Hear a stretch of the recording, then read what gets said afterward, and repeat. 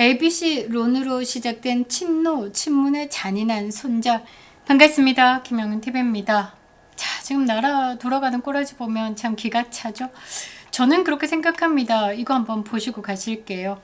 자, 이재명이가 대국민 메시지를 냈는데요. 에너지 절약에 대해서 촉구를 하면서 휴대폰은 낮에만 충전하고 세탁은 주말에만 하라라고 합니다. 이거 뭐 하는 짓거리인지 묻지 않을 수가 없죠. 호텔 경제학 이런 거 뭐 이야기할 때부터 참 신박한 미친놈이다 라고 생각을 했는데 이 정도 메시지를 낸다라는 건 생각이 있는지 묻지 않을 수가 없고요. 그 참모진들조차도 이렇게 연병을 떠는 것을 막지 못한다라는 건 이재명이를 감당할 수 없는 지경에까지 갔다라는 거죠.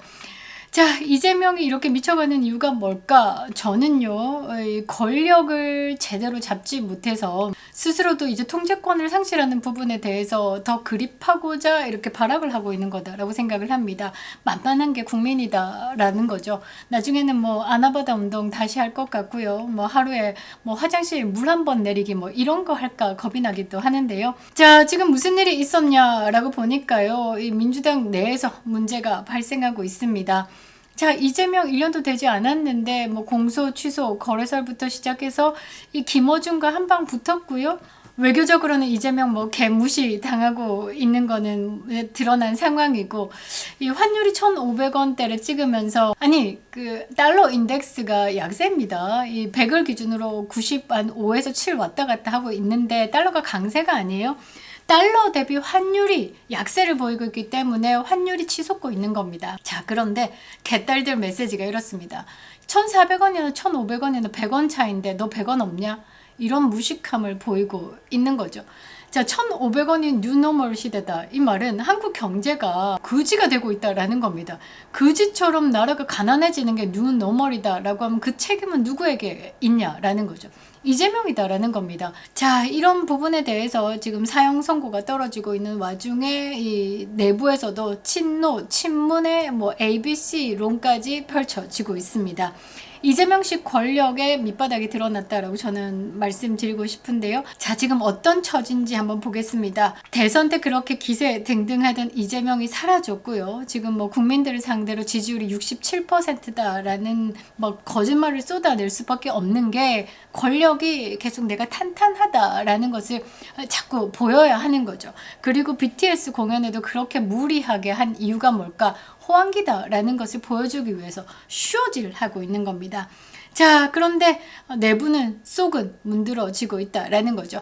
허수아비 대통령이다라는 소리가 내부에서부터 흘러나오기 시작했습니다. 자, 대통령이 됐을 때 권력 양쪽에 어떤 칼을 쥐게 되어 있습니까? 국정원과 이 검찰을 쥐게 되어 있습니다. 그런데 국정원 손발이 잘려서 다 무력화됐고 야심차게 밀어붙였던 검찰 개혁 또한 정작 당내 강경파 김어준, 정청래한테 주도권을 통째로 뺏겼습니다. 검찰개혁 막 외치고 시작했는데 대통령 자리에 딱 앉아보니까 검찰을 쥐어야지만 자기 권력이 이제 유지가 되는 거. 그래서 갑자기 뭐 보안 수사권 얘기했다가 제대로 두드러 맞았죠. 자, 거기에 밖으로는 환율 1,520원, 중동 전쟁 파고가 덮치고 있습니다. 이제 이재명 난리가 났죠. 근데 여기에 유시민이 또 불을 지폈네요. 자, 내가 성골이다, 기회주의자다, 싸운다 라고 정신이 없습니다. 자, 유시민이 던진 ABC론. 자, 이게 지금 이재명을 시래기다 라고 손절하는 것 같은데요. 이 시나리오에 대해서 긴급 분석해 보도록 하겠습니다. 구독과 좋아요, 멤버십 가입 부탁드리도록 하겠습니다. 영상 마지막 4월 한정 광고 있습니다. 끝까지 시청 부탁드리도록 하겠습니다. 감사합니다.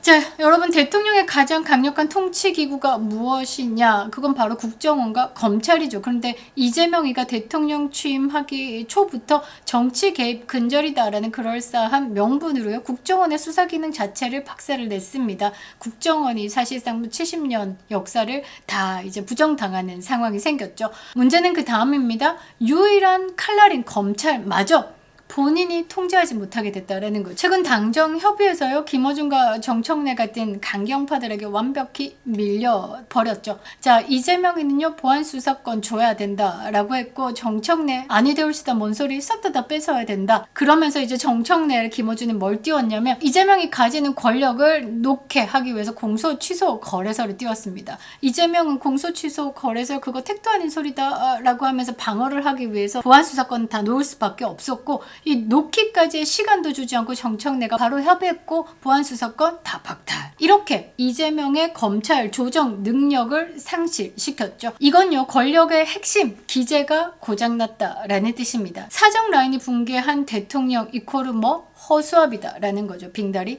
핫바지가 된 겁니다. 자, 더 흥미로운 건 뭐냐면요, 내부 총질인데요. 자, 친노 친문의 핵심 스피커 내가 썩어간다 라는 그 유사 시민이요, 뜬금없이 ABC론을 들고 나와서 민주당 지지층을 대놓고 갈라치기 시작했습니다. 그 내용이 아주 잔인한데요. A그룹 성골이다 라는 거죠. 김대중, 노무현, 문재인으로 이어지는 정통 세력을 이야기를 합니다. 자, 가치를 공유하는 진짜 코어 지지층, 그러니까 운동권 세력을 이야기를 하는 거죠.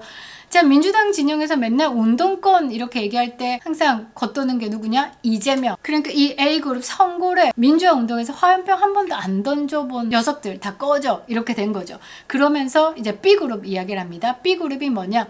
현재 권력, 이재명 옆에서 생존을 도모하면서 콩고물이나 받아 먹으려고 하는 뉴 이재명 세력을 B그룹으로 뒀습니다. 한마디로 말해서 근본도 없는 기생 세력이다라고 낙인을 찍은 겁니다. 자, 그러면 C그룹은 뭐냐? 이거 교집합. 그러니까 가치와 현실을 겸비한 성공 모델을 이야기를 하는 거죠. 자, 유시민이 쏘아 올린 이 공, 자, 어디서 쏘아 올렸냐? 바로 김어준 방송에 나와가지고 이런 말을 한 거죠. 이 ABC론은요, 6.3 지방선거를 목전에 두고 당을 갈라치기 하기 시작을 했습니다. 유시민의 직접 발언은 A그룹은 김대중, 노무현, 문재인, 이재명으로 이어지는 핵심 코어 지지층, B그룹에서는 대통령의 의중을 살피는 척하지만 실질적인 목적은 본인의 정치적 성공인 사람들, 기회주의자다라고 한 거고요. 그러면서 C그룹은 A, B 교집합이다 라고 얘기한 거죠. A그룹은 가치그룹, 이념 상태가 정확한 사람들, 운동권, B그룹은 이익 중심, 지금 권력 똥꼬에 줄 선 사람들, 요 중간 사람을 C그룹이다 라고 이야기를 한 겁니다. 당연히 민주당 지지층에 대한 이런 재정의는 파장을 일으킬 수밖에 없죠. 이 방송 직후에 이 딴지 게시판에서는 난리가 났죠. 왜? 맞다! 와! 왜? 우리는 친문이니까. 우리는 A그룹 성골이다 라는 거죠. 그래서 유시민이요, 명쾌한 해설을 들으니까 너무 속 시원하다. 유사시민이 정청래와 사과를 하면서 해묵은 감정 털어내고 이 정청래를 공개 지지한 것이다 라고 막 해석을 하면서 이 ABC론에 뭐 엄지척을 하는데요. 김어준 파들은 엄지척 난리가 나겠죠. 딴지 게시판에서는요, B그룹 낙인 찍고 C그룹 막 쓰레기 취급하고 제2의 수박론이다 라는 해석까지 나오고 있는 상황. 그러니까 이제 B그룹 뉴 이재명 지지층은 난리가 났겠죠. 전형적인 갈라치기다 라면서 반발하고 분노감을 표출했습니다. 김어준 파, 그 다음 이재명 파 난리가 난 거죠. 그리고 김민석 총리가 이 유사 시민을 두고 책 내면 출연한다, 강남의 관종이다 라고 이야기를 한 부분을 또 받아와가지고 이 B그룹이 유시민에게 분노를 표출하고 있죠. 강남의 관종, 책팔이다 이런 식으로. 자, 그런데 또 다른 해석은 뭐냐면 송영길이 원래 친문이었는데 문재인 파를 배신하고 이재명에게 갈아타가지고 망치로 대가리 깨지기도 했고요. 송영길 지역구 던져주면서 지금 인천 계양이죠. 이재명 급배지 달게 만들고 서울시장으로 나갔다가 박살이 났었죠.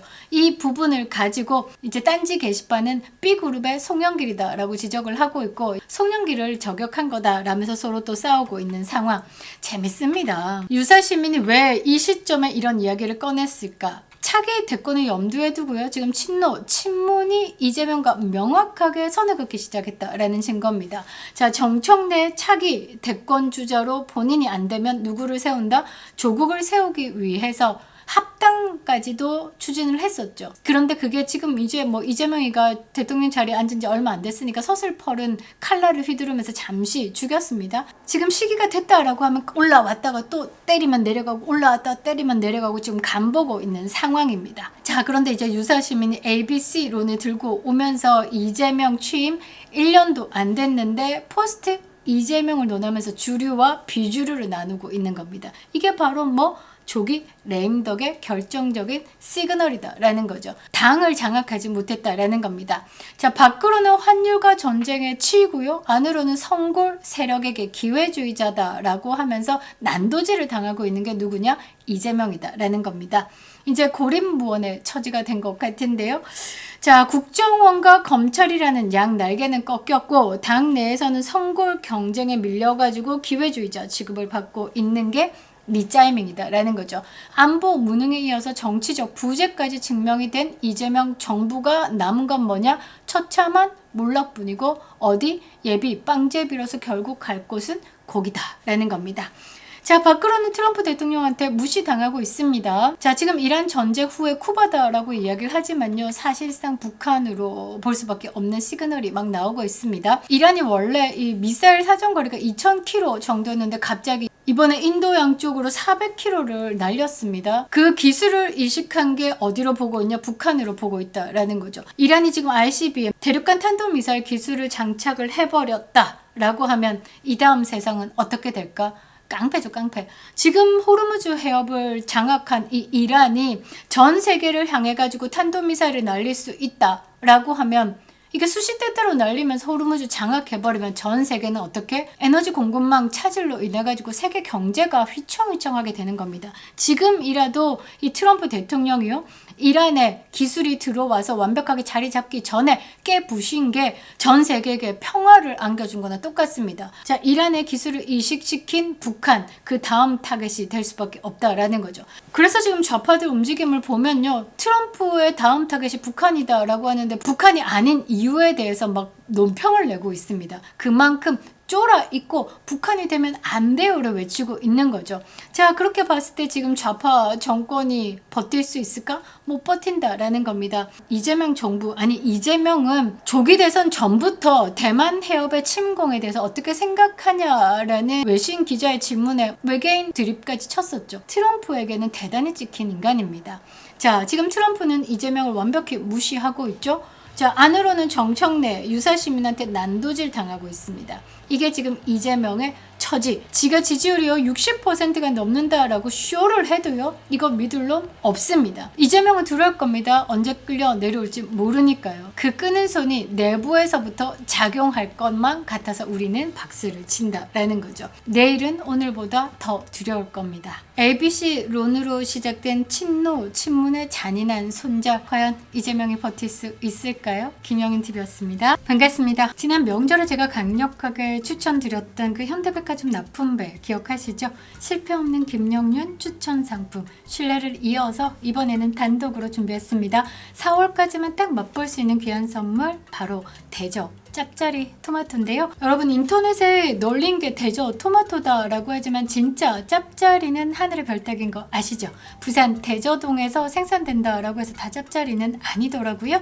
일정 브릭스를 넘어야지만 농협에서 공식적으로 짭짜리라는 이름을 허락합니다. 자, 이거 한번 보시고요. 실제 대저동에서 이 짭짜리 인증을 받은 농가가 딱 3군데 뿐이거든요. 오늘 그 농가의 한 곳에서 이 맛있는 토마토를 가져왔습니다. 진짜 중에 진짜다라고 자신 있게 말씀드리는데요. 대저 토마토는요 사이즈가 작으면 작을수록 그 맛이 응축돼서 훨씬 맛있다라고 하는데요. 지금 S 사이즈 아래로 여러분들에게 선보이고 있습니다. 그 이상은 맛이 올라오지 않아 가지고 아예 판매를 안 하는 것으로 결정을 했습니다. 개인적으로는요 스몰보다 조금 더 작은 더블 스몰 사이즈가 확실하게 맛이 있더라고요. 바다 가까운 염분 많은 땅에서 자란 단맛, 신맛, 짭짤한 맛 대저 토마토. 짭짜리 토마토 주문 즉시 수확해서 보내드리니까요. 실온에서 한 3일 정도 후숙하고 드셔보시면 환상적이실 겁니다. 수확량이 매우 적어가지고요. 이 주문이 너무 많으면 순차적으로 배송된다라고 합니다. 댓글창에 링크 올려두겠습니다. 가짜 짭짜리 토마토 속지 마시고요. 지난번 맛보신 배 신뢰를 이어서 토마토로 이어가겠습니다. 4월 지나면요 내년까지 기다려야 된다라고 하니까요. 진짜를 알아보시는 우리 구독자님 서두르시기 바랍니다. 김영윤이었습니다.